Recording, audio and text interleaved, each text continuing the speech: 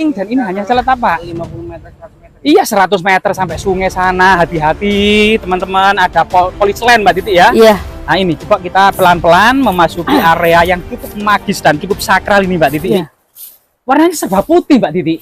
Ini Iya. kemungkinan asal usul dari nama gua ini. Gua putih gitu Gua ya. putih ya. Iya. Nah ini diceritakan dalam cerita rakyat. Diduga di sini ada semacam cerita antara Subali dan Sugriwa Mbak Titi. Oh iya, iya. Termasuk Hanoman ya. Iya. Itu lagi berperang, kemudian mereka memperebutkan sesuatu fitnah di antara mereka yang tidak bisa dipahami secara akal sehat. Iya. Karena kondisinya keterbatasan informasi gitu ya. Iya, Sehingga iya. mereka bertarung dan hanya mengucapkan siapa saja yang menumpahkan darah. Kalau itu darah merah maka ada yang salah, tapi kalau darah putih sebenarnya kita tidak ada yang salah. Gitu Iya.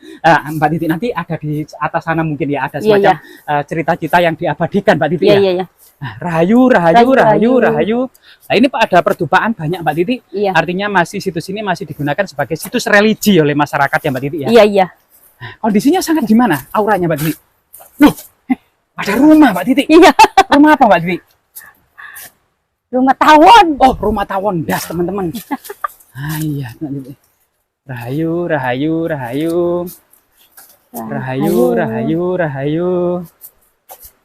Auranya sangat mistis, Iya. magis dan sangat sakral Mbak Titi ya. Iya, iya, iya. Rahayu.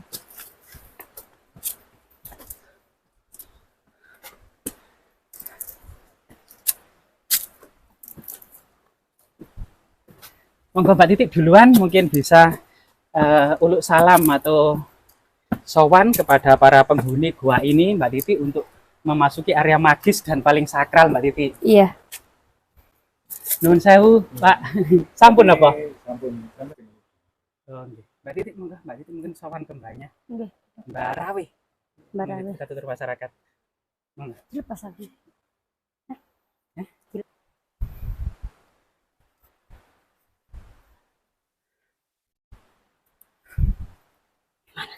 Di sini Mbak Titi ya. Iya. Jadi saat ini teman-teman ya, kita sampai Gua Putih, merupakan situs budaya yang memang banyak di antara masyarakat Indonesia secara luas, terutama masyarakat Jawa. Kalau mungkin saya yakin masyarakat Jawa Timur, masyarakat Mojokerto sendiri, ini mengenal Gua Putih ini. Namun masyarakat secara luas, masyarakat nasional maupun masyarakat internasional, itu belum begitu banyak yang mengenal, sehingga kemudian perlunya kemudian informasi ya, dan pengetahuan tentang berbagai macam situs budaya peninggalan leluhur. Bahkan diduga ini merupakan peninggalan era kerajaan Majapahit yang pernah berjasa di masa lalu, dan Majapahit sejarahnya cukup dikenal di kancah internasional.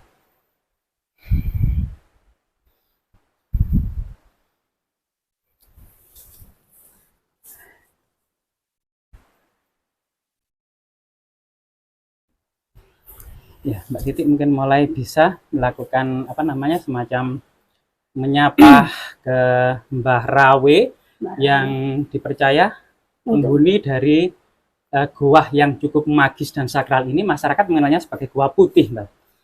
Dan mungkin bisa Mbak Titi nanti bisa menjelaskan sosok-sosok penghuni gua ini secara gaib dan mistis.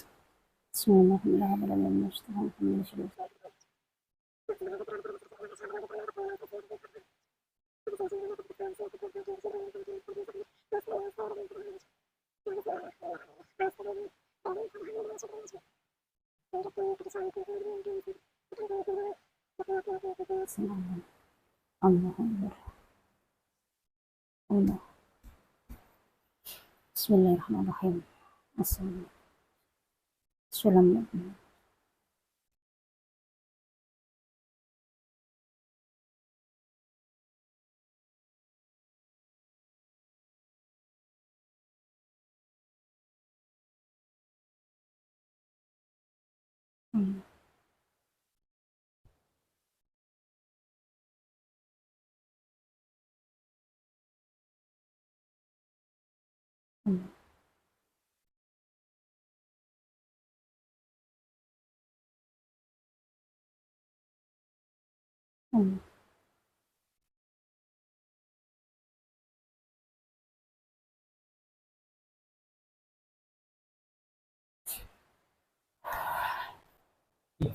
Apa yang Titi rasakan di lokasi ini? Apakah bisa kemudian bertemu dengan Mbah Rawe atau mungkin sosok-sosok penghuni gua ini, Mbak Titi ya? Kalau saya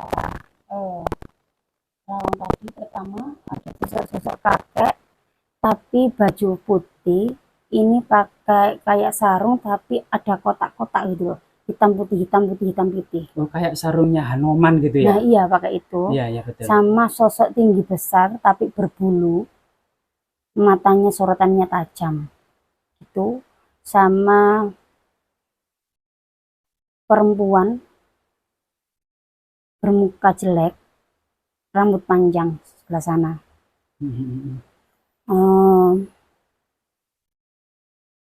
Juga ada sosok harimau. Harimau putih. Harimau putih di sebelah Harimau mana, Mbak putih. Titi? Kalau saya lihat ada sebelah sana. Oh, semacam penjaga pintu gerbang, Iya. Mbak Titi ya? Iya. Jadi penjaga pintu gerbangnya harimau putih. Mungkin yang Harimau dinamakan Mbak Rawe itu adalah sosok orang tua yang berbaju putih tersebut ya, dengan Mungkin bersarung iya. kotak-kotak itu, Mbak. Iya, tapi kok ada pendampingnya, yaitu kayak sosok harimau putih tadi. Harimau Putih. pendampingnya. Oh, Masyarakat sudah di ya? sini ya sudah terkenal sekali. Di sini perempuan. Hmm. Ya toh? Iya. Mbak di sini, Iya, betul, Ya. betul. tinggi besar sana. Nah, betul. Kayak Jadi gitu. luar biasa sekali dalam interpretasi kesejarahannya. Gua Putih ini berdekatan dengan situs Gua Gembyang yang dipercaya dibangun pada masa Kahuripan sebagai pertapaan Kabudan ya, karena memiliki ciri-ciri yang sama dengan Gua Selomangleng berciri Buddha.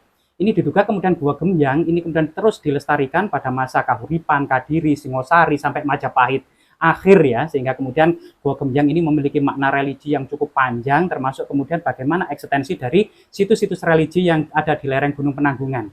Selain itu juga kemudian situs Gua Putih ini berdekatan dengan situs Batu Terbang atau situs Batu Jenggring, yang diduga situs ini sangat tua sekali, era prasejarah 2500 sebelum Masehi, era-era orang-orang Melayu Polynesia atau Proto Melayu dan Deutero Melayu ya, peradaban batu besar sekitar 200.000 sebelum Masehi. Artinya memang di lereng Gunung Welirang ini pernah didata oleh Van Heckeren, ini memiliki banyak sekali jejak-jejak prasejarah, yaitu 2000 sebelum Masehi, yang menandakan bahwasanya diduga ceruk atau gua-gua seperti ini juga merupakan hunian bagi masyarakat awal atau masyarakat prasejarah ya, yang kemudian dekat dengan sungai, lahan pertanian ya, termasuk kemudian kondisi yang aman dari serangan binatang buas, serangan dari angin kencang maupun hujan dan terik matahari. Ini salah satu kemudian lokasi yang dipilih masyarakat terutama pada masa Mesolitikum ya, pada masa Batu Tengah.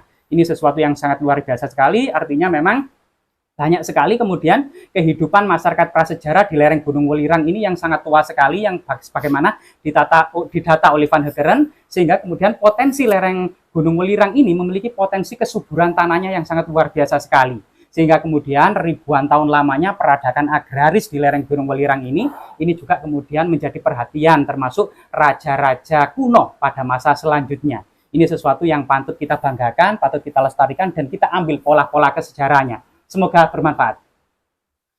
Tapi di situ ada kayak semacam emas, tapi berbentuk buaya itu dua. Buaya? Iya, berbentuk buaya dua. Di emas. situ, Mbak Titi? Iya, tapi di Badai Bokor.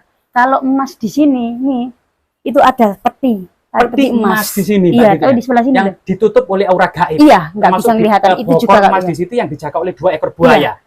Enggak, emasnya tuh berbentuk buaya dua gitu loh. Oh, emasnya berbentuk seekor buaya dua dua. ekor buaya Tapi dua ditaruh berbentuk di emas. bokor. Ditaruh di dalam bokor emas. Jadi luar biasa ya, Tapi teman-teman. ada penghuninya. Ya, ini adalah sesuatu tingkat kemakmuran, kemudian keadilan, serta kemudian peradaban keemasan dan kejayaan di masa lalu ya. Semoga bermanfaat, teman-teman. Ini merupakan lokasi yang bisa menenangkan diri, mengambil hikmah dari sebuah lokasi yang pernah digunakan oleh leluhur kita dalam pertapaan atau mungkin hunian masyarakat prasejarah. Mbak Titi, di lokasi ini juga ada semacam sumber mata air keramat, Mbak Titi. Iya, Mbak Titi mungkin bisa menjelaskan sumber mata air keramat ini juga diperlukan oleh masyarakat, Mbak Titi ya? Ya, untuk kesembuhan penyakit, untuk kelancaran kerezekian, kata kayak gitu ya.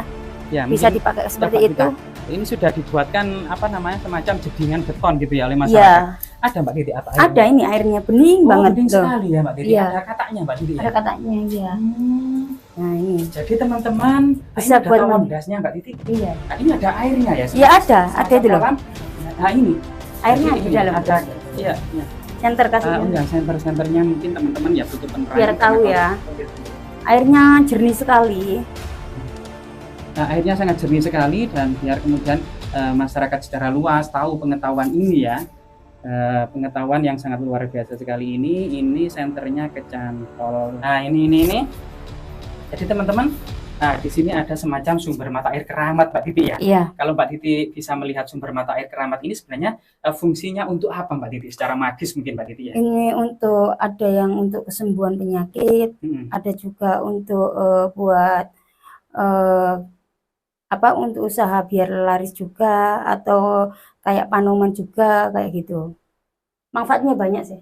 Oh berarti untuk bisa apa namanya awet muda Mbak Titi ya? Iya. Luar biasa sekali Mbak Titi. Ya kita lanjutkan coba. Airnya itu sangat jernih. Jernih Sangat banget. jernih dan alami, memang dikelilingi oleh pohon-pohon besar dan berada di ketinggian yang jauh dari pemukiman.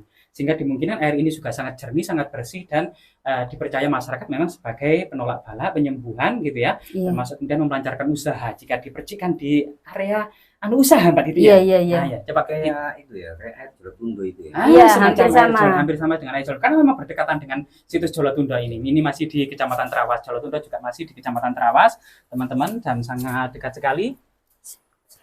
Nah, ini kondisi gua pertapaan ya, sungguh luar biasa sekali, sangat indah Mbak Titi ya. Nah, coba dinding-dindingnya itu semuanya berwarna putih, gitu ya. Nah, coba kita ke arah sana, teman-teman, dan kita mendapatkan ceruk-ceruk semacam ceruk pertapaan atau altar-altar, Mbak Titi ya. Iya. Nah, di sini ada beberapa batu yang menyerupai ular naga, Mbak Titi ini, Mbak Titi ya. Iya. Nah, itu kayak istana ular naga, Mbak Titi ya. Iya. Nah, istana ular naga di situ, bahkan ada pohon yang bisa hidup di batu, Mbak Titi. Coba kita dekatkan, ini ada gentong, Mbak Titi. Oh, gentong air, Mbak Titi. Oh Kemungkinan iya. untuk Tetesan itu menampung loh. tetesan-tetesan air. Iya, Airnya di tetes atas, dari Mbak atas. Titi. Nah, Ini ini. loh. Hah. Dikit itu loh. Kayak ada sumber ya. Iya. Iya, sumber mata air mungkin dari atas ya menetes terus, ditampung dan memang masih sedikit ya, belum penuh airnya karena memang tetesannya kelihatannya agak lama. Dan ini ya dipercaya memang khasiatnya sama dengan air yang ada di bawah tadi. Dan Mbak Titi ini ada pohon yang bisa hidup Mbak Titi. Iya. Di batu Mbak Di Titi. batu, iya, Akarnya bisa. di batu, tidak pernah kena angin, matahari, Iya. hujan. Tetap tumbuh Mbak Titi ya. Iya, tetap Mengingatkan pada kita semuanya meskipun terbatas harus tetap hidup Mbak Titi ya. Iyalah, Atau tetap semangat untuk hidup gitu Mbak Titi Iya. ya. Nah, ini kondisinya seperti ini. Coba kita ke ceruk-ceruk dan pertapaan yang lain Mbak Titi ya. Ayo. Nanti mungkin selain sejarah rasional, empirik dan ilmiah, bahwa situs ini kemungkinan memang hunian pertama masyarakat prasejarah, sebagaimana situs terdekat adalah Watu Jenggring, tinggalan masyarakat prasejarah. Kemudian ada juga di dekatnya Gua Gembyang, tinggalan masa kuno Hindu-Buddha, dan diduga di sini juga pernah dijadikan pertapaan pada masa peradaban kuno. Dan sampai saat ini dianggap sebagai masyarakat sebagai situs religi yang masih digunakan sebagai aktivitas religi. Mbak Titi, kalau dilihat ini gambar apa Mbak Titi? Enggak tahu. Ini. Nah, ini namanya Apa ya? Hanoman kalau nggak Oh. salah Mbak Titi ya. Ini ada Apa pusaka apa ya Mbak Titi? pusakanya Hanoman. Loh, kok Mbak Titi? Nggak bisa. Oh, harus dengan kekuatan supranatural Mbak Titi. Ada Yoninya. Nggak Iya, bisa, iya. Kang. Kuat Mbak Titi. Loh, berat banget Mbak Titi ya. Nggak bisa, Kang. Pakai mantra kayak. Iya, Kak. Iya, Berat. kan, Mas? Iya, kelihatannya memang ini adalah kondisi magis yang tidak banyak orang bisa mengangkatnya, kecuali kemudian hatinya harus bersih dan jernih Oh, Mbak iya, Titi mungkin. ya. Iya, mungkin Mbak Titi Iya. masih ada ragu-ragu di Iya. dalam hatinya ya ini. Nah, ya sehingga tidak kuat ya. Ini ada gambar wayang atau kapiwara ya. Nah, ini itu juga ada ceruk-ceruk pertapaan, kendi-kendi, dan ini kelihatan ada ceruk pertapaan juga Mbak Titi ya. Iya. Nah, kalau Mbak Titi penerawangan secara gaib Mbak Titi ya, di gua pertapaan yang ini Mbak Titi melihat apa Mbak Titi? Sosok perempuan.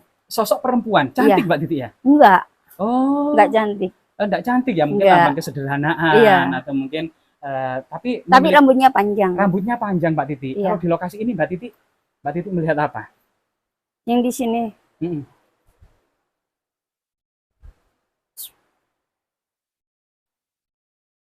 Hmm. Hmm.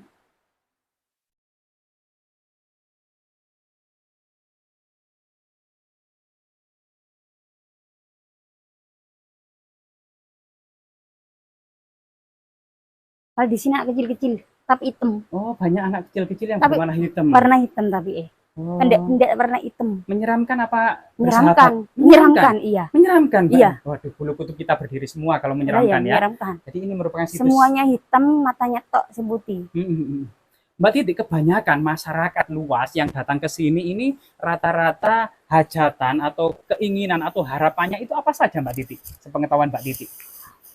Ada yang pelarisan, ada yang pengen sukses, ada yang pengen rumah tangganya langgeng, atau banyak lah, dan lain-lain kayak gitu. Kalau kemudian penghuninya menurut kita tutur masyarakat itu namanya Mbah Rawe yang memiliki pusaka yang sangat pamungkas, yang terkenal adalah jarum landak, Mbak Titi. Jarum landak. Nah, ini belum banyak yang diekspos, Mbak Titi ya. Iya. Coba Mbak Titi bisa mungkin menjelaskan bagaimana kemudian kesaktian dari Mbah Rawe tersebut gitu ya. Iya. Mbak Titi, mungkin Mbak Titi bisa berinteraksi ya di lokasi ini, di sini Mbak Titi ya. Nah ini Mbak Titi, mungkin Mbak Titi bisa berinteraksi bagaimana kemudian mungkin Mbak Titi komunikasi dengan Mbah Rawe.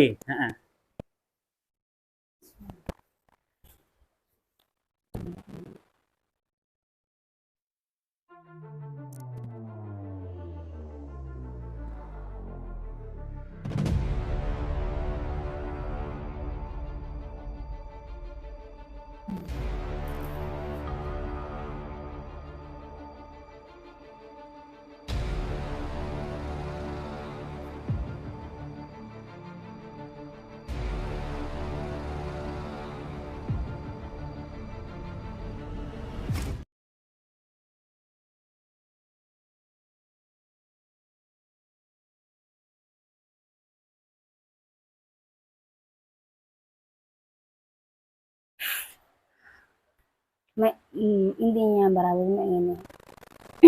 Gimana Mbak Titi? Iya. Pesan dari Mbak Pesan Rawe. dari Mbak Rawe itu bilang gini. Iya. Urip nang donya. Iya. Ilingo marang Gusti. Iya. Aja dume-dume kowe nang donya iso sembarang kalir lali karo sing maha kuwasa. Dadi wong sing apik besok bakal ketemu awakmu dhewe. Oke. Berarti pelajaran yang bisa diambil itu memang apa yang kita tanam pasti apa yang kita panen. Ya, dan benar, harapannya betul. adalah sebagai anak cucu kita dimanapun berada harus selalu menanam kebaikan. Iya. Karena pasti akan menemui kebaikan. Jika kita menanam kejelekan pasti menuai kejelekan. Iya, benar. Jadi luar biasa sekali ya pesan dari Mbak Rawe. Iya. Mbak Titi, kalau nggak salah di samping jenengan itu mungkin pusaka pemberian Mbak Rawe, Mbak Titi. Apa ini Kang?